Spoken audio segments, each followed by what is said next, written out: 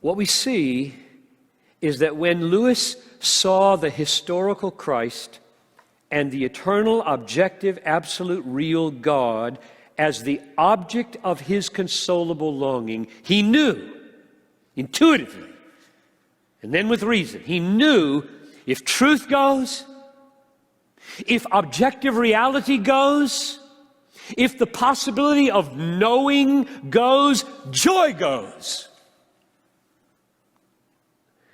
Because joy had taken him to the real. It taken him to objective, absolute source. The original shout, it's there. All this was echo. If that goes, this is infinitely trivialized.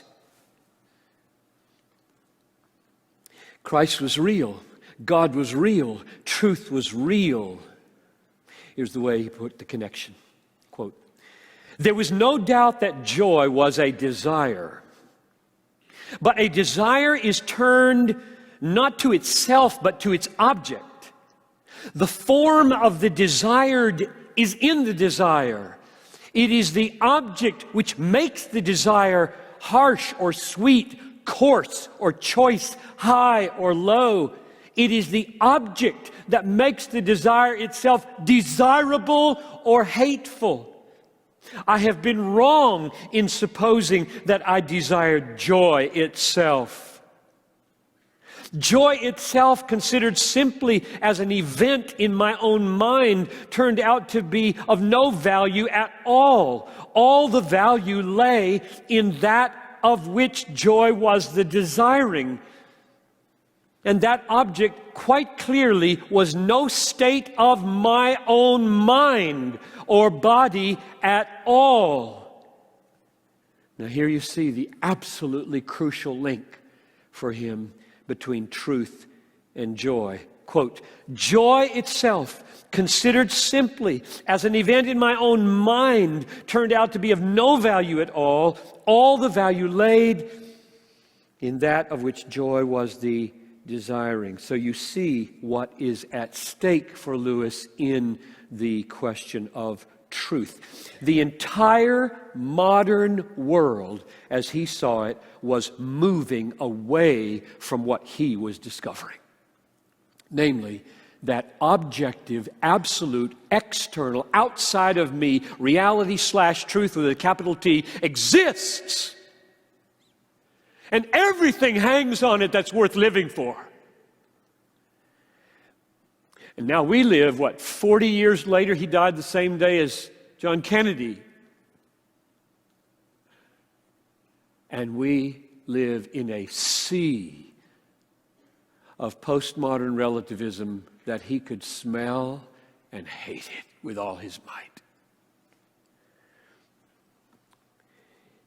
He wrote what Alan Jacobs calls his most significant critique of culture, a little book called The Abolition of Man. Significant title. He takes on a high school textbook. It might be a junior high, it doesn't say. A secondary school textbook. In an imaginary way, but he said, I have these books on my shelf. I'm not making this up. In it, he illustrates what he means by the abolition of man and by his defense of truth with this interchange. He's quoting now the authors of this horrible textbook as he assesses it, that our children are reading. Quote, "When the man said," this is not Lewis talking, this is the author of the textbook. "When the man said, 'That is sublime,'" he was talking about a waterfall, "'that is sublime,' he appeared to be making a remark about the waterfall. Actually, he was not making a remark about the waterfall, but a remark about his own feelings.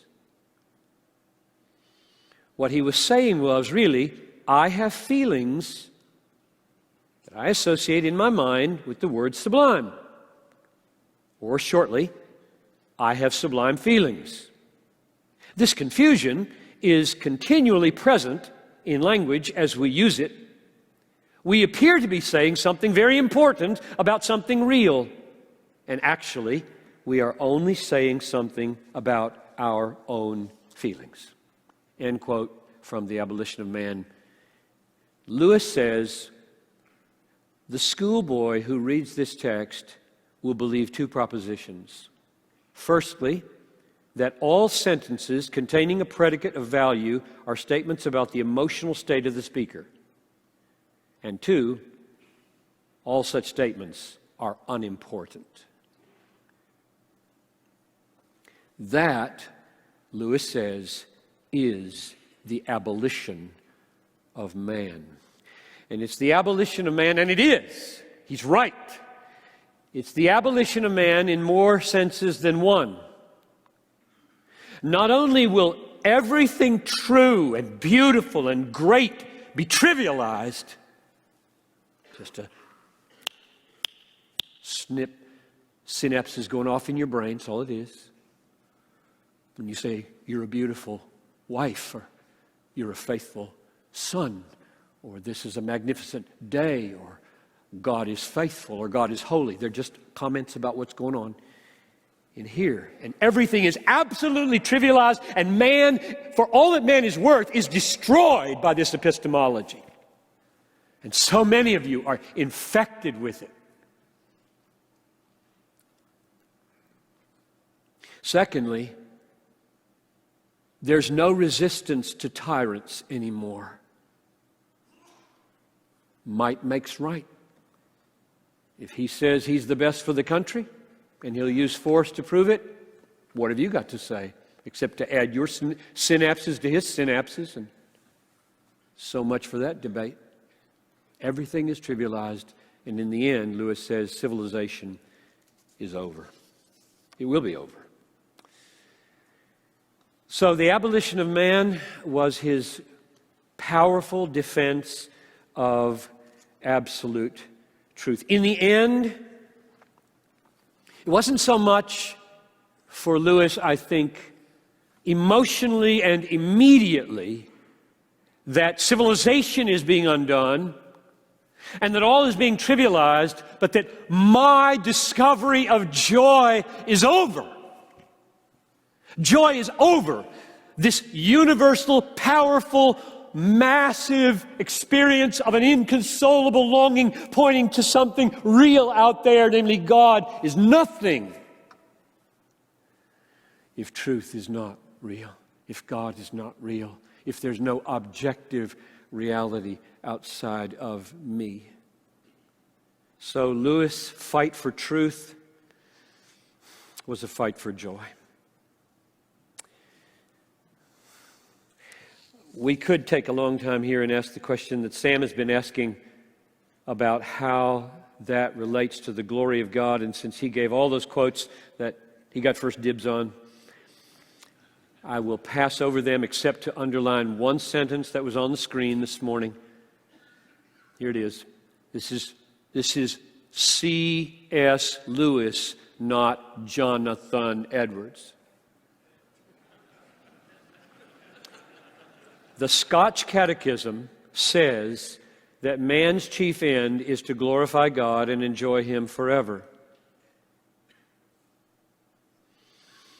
But we shall then know that these are the same thing. Quote, fully to enjoy is to glorify.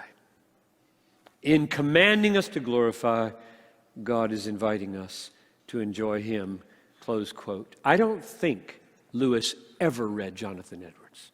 If he had, he would not have liked him.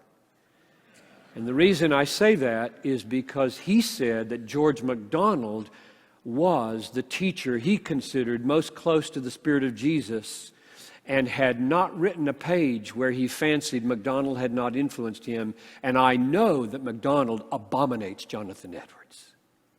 This is not easy for me.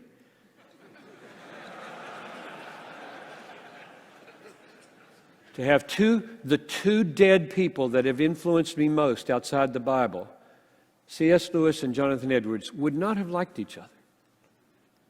In fact, might have despised each other. This is not easy. But so it is.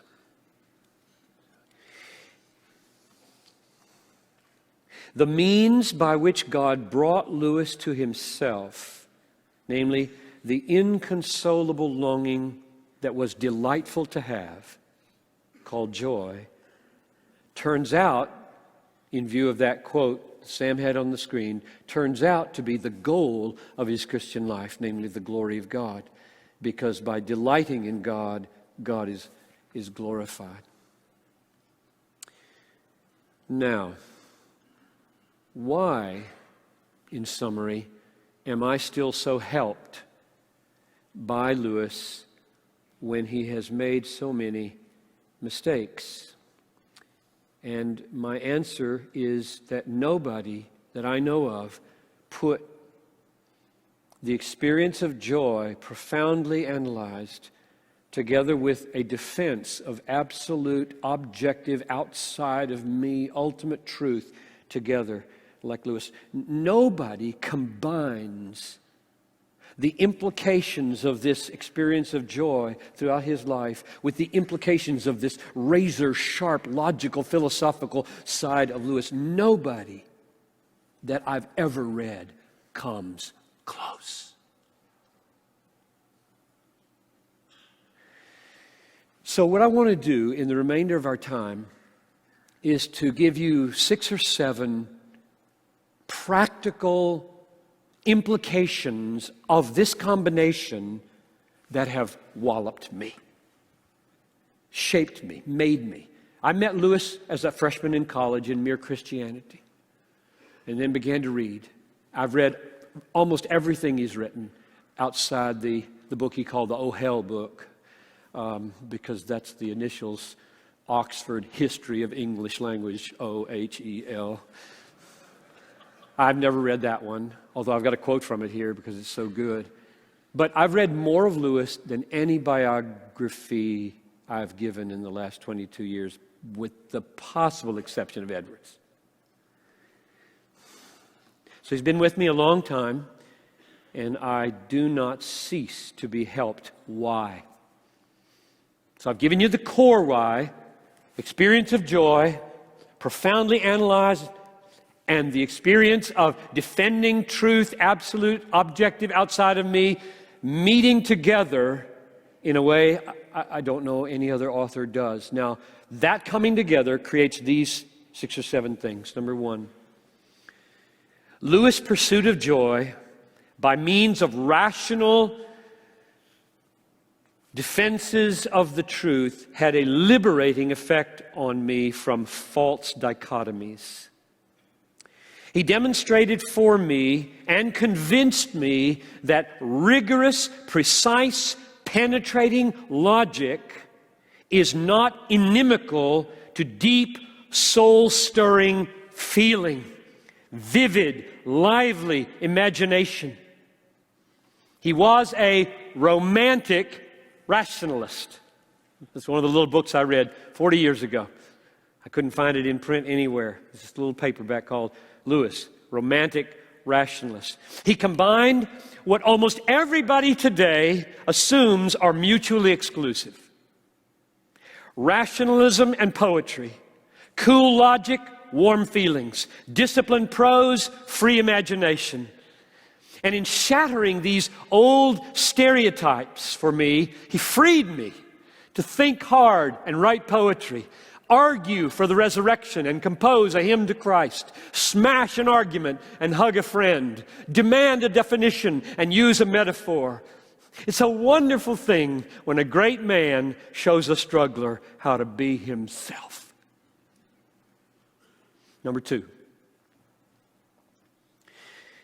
liberation from chronological snobbery.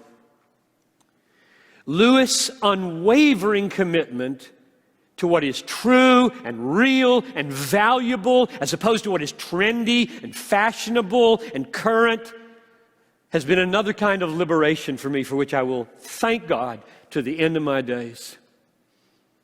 He loved the wisdom of the ages. He lived outside his century. He didn't care about the whimsy of passing present. He called himself in his first inaugural lecture at Cambridge. After 30 years at Oxford, went to Cambridge, and his first lecture, he called himself a Neanderthaler and a dinosaur. And he said, if you can't be persuaded by me as an arguer, consider me a specimen from the Middle Ages. And he was. I wish his tribe had not died out. I wish the dinosaurs had not become extinct. I hope they live again. He didn't read newspapers. He never wore a watch. He never learned to type. Never owned a car or drove one except once. Cared nothing about good appearances. He wore the same old clothes till they were threadbare. He was incredibly free from the addicting powers of the present moment. And the effect on me was just huge. It made me wary of what he called chronological snobbery. Something is good because it's new. There is no correlation between newness and goodness. Duh! There's just no correlation between oldness and goodness or newness and goodness. It's irrelevant. To when something is good and beautiful and true and valuable, time has nothing to do with it. Truth and beauty and goodness are not determined by when they exist. Nothing is inferior for being old. Nothing is valuable for being new. This has freed me from the tyranny of novelty and opened for me the wisdom of the centuries. And I thank God for C.S. Lewis. Number 3. Lewis' keen, penetrating sense of his own heart's ache for joy, combined with his utter amazement at the sheer objective realness of things other than himself, has over and over awakened me from the slumbers of self-absorption to see and to savor the world and the maker of the world. And this has slopped over onto doctrine and the gospel. When I read Lewis' experience of the world and how awake he is to reality that I just ignore, and I'm awakened again to see the world the way he sees it, I see Christ more clearly. I read my Bible with new eyes. This is what I thank him for. Lewis gave me and continues to give me an intense sense of the astonishing realness of things.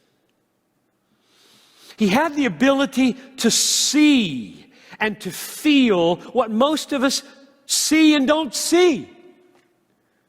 He had what Alan Jacobs called omnivorous attentiveness. I love that phrase. Omnivorous attentiveness. Oh, just take that away and pay double for your conference registration. I just gave that to you. No added expense at all. Change your life. Omnivorous attentiveness. Now, I hope you feel what I'm talking about. I love that phrase. What this has done for me is hard to communicate.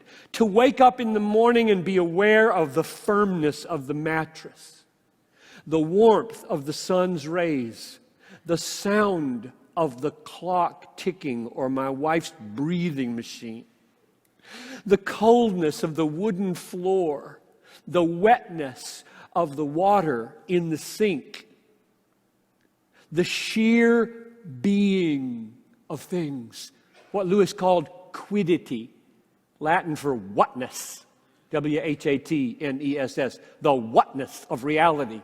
It's just there. I mean, there didn't have to be water. Imagine a world in which there's no water, and one day somebody says, I guess I want to show you. Look. you would fall down. That's amazing. But you never say that. Lewis does. He gets me going in such a way that when I walk to the 6:30 prayer meeting across the bridge, I have the little child feeling as the sun's coming up, he did it again. They got that from Chesterton. You should say that every morning. He did it again. The sun came up. Look at that. That's 93 million miles away, holding us in place, making us perfectly warm. Even here, this is okay. We're not dead.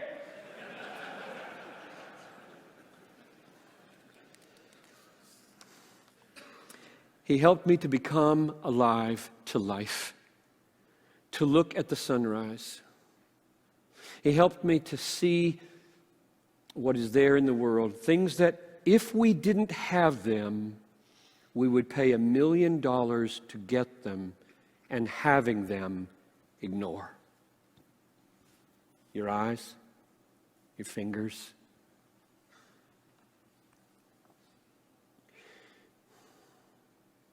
He convicts me of my callous inability to enjoy God's daily gifts. He helps me to awaken my dazed soul so that the realities of life and of God and of heaven and of hell are seen and felt. I could go on and on about how this affects preaching, brothers. How this affects communication. How seeing suns and water and fingers and cold wooden floors affects the way you preach. And the living power of words, because you've seen and felt, and you bring that over onto the Bible. Pow! Suddenly reality streaming out of these pages, because by grace, Lewis or whoever has waked you up from the slumbers of self-absorption. Number 4, the perils of introspection. Lewis' experience of the pursuit of joy and the mistakes he made has had a huge effect on the way I think about the assurance of salvation. How do you counsel people who come to you, as they do to me almost every week, with questions about the assurance? How can I know I'm real? You preach in such a way that I almost feel like I'm not a Christian every week. So help me. And I spend huge amounts of time. I wrote a whole book about that, when I don't desire God, trying to help people with that issue. Well, Lewis has helped me amazingly with this. This is very profound. I hope you get it in the next 4 or 5 minutes. What he discovered is that the effort to know the experience of joy by looking at the experience of joy is self-defeating. He wrote this: I saw that all my waitings and watchings for joy, all my vain hopes to find some mental content on which I could, so to speak, hang my finger and say, lay my finger and say, this is it, had been futile attempt to contemplate the enjoyed. It can't be done. For the moment we step outside ourselves to contemplate our enjoying, we are no longer enjoying. And there's nothing to see. Not quite nothing, he says. A sediment, it remains. And the sediment is a physical sensation. You see it and then doubt the reality of your joy. And the assurance of salvation fails. As you try to get outside yourself, look inside, to see if the thing you were doing before you stepped outside is real, it's not there anymore. It will never work. People are doing this all the time and feeling horribly discouraged, wondering, I can never find anything real inside of me. You've been there. I've been there. Let me read it again. This is Lewis. This is our dilemma. As thinkers, we are cut off from what we think about. As tasting and touching and willing and loving and hating, we do not clearly understand. The more lucidly we think, the more we are cut off. The more deeply we enter into the reality, the less we can think. You cannot study pleasure in the moment of nuptial embrace, nor repentance while repenting, nor analyze the nature of humor while roaring with laughter. But when else can we know these things? You cannot hope and also think about hoping at the same time. For in hope, we look to hope's object. And we interrupt this by, so to speak, turning around and looking in hope. That is huge.